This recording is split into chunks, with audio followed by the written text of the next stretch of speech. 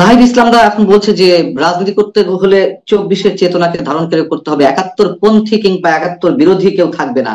আপনি এনসিপি জাতীয় নাগরিক পার্টির আহ্বায়ক নাহিদ ইসলামের এই মন্তব্যকে আপনি কিভাবে দেখছেন? এটা একেবারেই আমার স্বাধীনতার বিরোধী, আমার চেতনার বিরোধী। সে যদি বলে সে যেটা বলছে যে স্বাধীনতার চেতনা, আরে স্বাধীনতার আবার চেতনা কি? ওইটাকে অটোমেটিকই আবার কেউ চেতনাকে অটোমেটিকই তো স্বাধীনতা 71 থাকতেই হবে। 71 পন্থী কিছু নাই, সবাই 71 পন্থী হইতে হবে। 71কে মেনেই চলতে হবে, 71কে মেনেই 90কে মানতে হবে, 71কে মেনেই 24-এর ঘটনাকে মানতে হবে। আজকে 71 থেকে বড় কিছু হতে পারে না, 71-এর বড় কিছু না। 71 একটা মা দিয়েছে, আমার মা সেই বাংলাদেশ। আমার মাকে অসুস্থ করে ফেলছে এই ছেলেরা, 90 থেকে অসুস্থ করে নাই। আজকে যে আমি কথা বলি, এই আমানুল্লাহ আমান, এই হাবিব, এদের নেতৃত্বে কিন্তু 90-এর গণ আন্দোলন হয়েছিল। কিন্তু গণ আন্দোলনে এরশাদ সরকার পতনের পর এরশাদের জাতীয় পার্টি ব্যান করে দেওয়া হয় নাই। আর এই ছাত্ররাই কিন্তু বলে নাই আমরা ক্ষমতা চালাবো। এটা তো একেবারেই বলবো এটা নীল নকশা, যেটা ইচ্ছে বলেছে ডাক্তার ইউনূস বলছে মেডিকুলাস প্ল্যান। হ্যাঁ, সে তার নিজের স্বীকারোক্তি। এই প্ল্যানই 71কে ধ্বংস করবে বিদায় তারা মুখোশ পরে সামনে আসছিল। তার এই বক্তব্যকে মুক্তিযোদ্ধারা কোনোভাবে গ্রহণযুক্ত করতে পারে না। আমরা মুক্তিযোদ্ধারা শহীদ হয়ে যাব, কিন্তু আমাদের 71কে মুছে দিতে দেব না।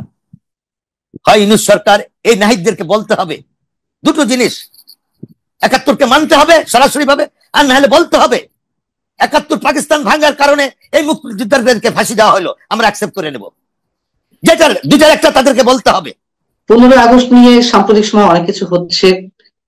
মুক্তিযোদ্ধা জেরাই খান পান্না মানবাধিকার কর্মী, তিনি আহ্বান জানিয়েছেন যে 15 আগস্ট যেন যার যার অবস্থান থেকে সে ছোট্ট করে হলেও কোনো ধরনের কর্মসূচি পালন করে, অন্তত একটা কালো ব্যাজ ধারণ করে। এদিকে 15 আগস্ট যাতে কিছু না করা হয় কিংবা 32 নম্বর দিকে যাতে কেউ যেতে না পারে, যেহেতু এর মধ্যে একটা রিউমার ছড়িয়ে পড়েছিল যে জেরাই খান পান্না কিংবা ডক্টর কামাল হোসেন মিলে আরো মানুষজনকে সাথে নিয়ে, মুক্তিযোদ্ধাদের সাথে নিয়ে 15 আগস্টে 32 নম্বরে অভিমুখী যাত্রা করবে, সেখানে শ্রদ্ধা জানাবেন। তার পরিপ্রেক্ষিতে আমরা দেখলাম যে বিদেশে বসে অনেকে যারা এই বাংলাদেশকে অস্থিতিশীল করছেন, জঙ্গিবাদে উৎসাহিত করছেন, তাদের কেউ কেউ হুঁশিয়ারি দিল যে বাংলাদেশ রণক্ষেত্র হবে বা বাংলাদেশে ঢাকাতে আগুন জ্বলবে যদি কেউ এই ধরনের কোনো ব্যবস্থা নেয়, সে যত বড়ই মহাপুরুষ হোক না কেন। এই মন্তব্যের পরিপ্রেক্ষিতে আপনি কি বলবেন? প্রথম অবস্থা আপনি যেটা বলেছেন, পান্না ভাই ফ্রম ডে বিগিনিং এ যে উনি যা স্থান থেকে যে আহ্বানটা জানিয়েছেন, উনার সাথে আমি পূর্ণাঙ্গ 100-তে একমত। যার যে জায়গা অবস্থা থেকে মুক্তিযুদ্ধের চেতনায় বিশ্বাসী, 71-এ বিশ্বাসী, স্বাধীনতায় বিশ্বাসী সকলকেই আমি আহ্বান করব যে হ্যাঁ, ওখানে শ্রদ্ধা নিবেদনের জন্য যাবেন।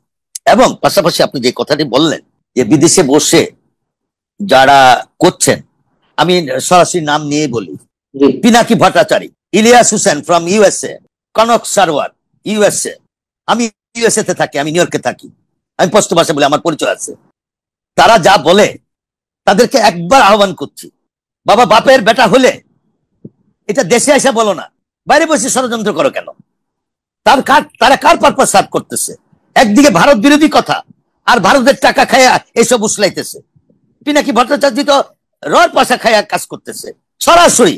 সে যখন ভারত এই বাংলাদেশে চায়, তার ভিডিও আছে, এই এবি পার্টির লোকেরা তাকে ভোটার পাস করেছে, তারপর ওইখানে ভারতের কাগজপত্র নিয়ে এসে বিদেশে গেছে, এবং তার কাজিন ভারতের রতে মেজর জেনারেল হিসেবে আছে। এটা আমি স্পষ্ট ভাষায় বললাম আপনাকে। এই সরকার নিজেই তো মৌলবাদীর পক্ষে, তাহলে কি বলবেন? এবং তারা মুক্তিযুদ্ধকে ওন করে কোন স্পষ্ট ব্যাখ্যা দেয়নি তো। ডাক্তার ইউনূস মুক্তিযুদ্ধকে ওন করে বা এই কোন স্পষ্ট ব্যাখ্যা দেয়নি। যদি তাই দেখতাম, এনজিও ফেনজিও সবাইকে তারা সে ডাকে, কোন মুক্তিযোদ্ধাকে কি দেখেছে? কর্তিকা সে আলী রিয়াজ নামে একটা লোককে নিয়ে আসলো, আমি বুঝতাম উনি কি ডাক্তার কামাল হোসেনকে চেনেন না? ডাক্তার কামাল হোসেন তো সারা বিশ্বের সম্মানিত লোক। ডাক্তার কামাল হোসেনকে ডেকে বলতো যে ভাই, এই সংবিধানটাতে কিছু আছে কিনা দেখেন তো, আবার নতুন করে রিফর্ম সংবিধান, এটা কি কোরআন শরীফ যে বটম লাইন, এটা পরিবর্তন করা যাবে না? পরিবর্তন চলে সবসময়। এটাকে সংস্কার বলে। পৃথিবী যতদিন বেঁচে থাকবে সংস্কার পরিচালিত থাকবে। কিন্তু উনাকে তো ডাকলো না, ডাক্তার কর্তৃক আলী রাজাকে ডাক্তার নিয়ে আসছে একটা মানে ডাক্তার কামাল হোসেনের কাছে কি সে শিশু শিশু শিশু বুঝতাম যদি আজকে ডাক্তার কামাল হোসেনকে ডাক, উনি তা করেন নাই। উনি সব এই দেখেন, আমি একটা কথা, ডোনাল্ড ট্রাম্প যে বলেছেন যে $29 মিলিয়ন বাংলাদেশের 2টা মানুষের চেকে গেছে, এটার কোনো প্রতিবাদ করেছে? এবং এটা তো স্পষ্ট, কারা কারা, এখন তো স্পষ্ট হয়ে গেছে, লোকজন তো বলে কারা কারা পয়সা খেয়েছে এই দেশটাকে, ইভেন জাতিসংঘের কথা বলেন। আজকে একটা কথা বলি, আমি একজন মুক্তিযোদ্ধা হিসাবে আহ্বান করবো সবাইকে এই বাক্যটি বলতে, এই ধরনের জাতিসংঘের মেম্বারশিপ আমার দরকার নাই, যে জাতিসংঘ আমার ইন্টারনাল পলিটিক্স হস্তক্ষেপ করে সরকার পতনের জন্য কাজ করে এবং জাতিসংঘের মানবাধিকার প্রধান নিজে স্বীকার করেছেন। আপনার প্রয়োজন না হলে কি হবে? আমার প্রয়োজন না হলে কি হবে? যারা সুবিধা ভোগ করছে তাদের তো প্রয়োজন আছে, রাইট, তাদের প্রয়োজন আছে। কিন্তু শুনেন, আমি একটা কথা বলি, সর্বশেষ একটা কথা বলি, এটা আমি আলেম ওলামাদেরকে দিয়ে উল্লেখ করে বলছি এই জন্য যে এটা চির সত্য, এটা এই সত্য কিছু না। হযরত ইমাম হোসেনকে হত্যা করার পর এই দেশ মানে মুসলিম সাম্রাজ্য দখল করে নিলেন, এবং এজিদের পরে এজিদের ছেলের পরে এজিদের নাতির সময়কালীন যখন আসছে, তখন ওই সময় সারা আরব দেশে খুনাখুনি মারামারি চলছে, কে কে ক্ষমতা চালাবে, আজকে চালায় কালকে সে চালায়। সেই অবস্থাতে জনগণ বিপদে পড়ে গেল। জনগণ গিয়ে এজিদের নাতি, আমি নামটা ভুলে গেছি, আমি নামটা পরে ভুলবো, উনি খুব পায়াস মানুষ ছিলেন, উনি গিয়ে শুধু মসজিদে নামাজ পড়তেন, কোরআন শরীফ পড়তেন, আর কিছু না। উনাকে গিয়ে আসলো যে আপনি সবচেয়ে ভালো মানুষ, আপনি এসে আমাদেরকে শাসন করেন, আমাদেরকে পরিচালিত করেন, আমাদেরকে দিক নির্দেশন করেন। উনি উত্তর দিলেন, বাবারে আমি তো এই কাজ বুঝি না। ওনারা জোর করে তারপর তাকে বসাইল। 1 বছরের মাথায় যে লোকটি পায়াস নামাজ পড়ে কোরআন শরীফ পড়ে আর কোনো ছিল না, 1 বছরের মাথায় সৈন্যবাহিনী নিয়ে আল্লাহর বিরুদ্ধে কাবাঘর গিয়ে ভেঙে ফেললো। ভেঙে ফেলার পর সারা মুসলিম মানুষের, সকল মুসলমানের মানুষের মন থেকে কি কাবাঘর মুছে গেছে? কাবাঘর প্রতিষ্ঠিত হয় নাই? ইউনূস সাহেবকে আমি সেটাই বলবো, আপনি 32 নম্বর ভেঙে ফেলেছেন, বাঙালির হৃদয় থেকে 32 নম্বর কোনোদিন ভুলবে না। এই 32 নম্বর গড়ে উঠবে, আপনার নাম মীর জাফরের খাতায়, মুস্তাকের খাতায় নাম যাবে।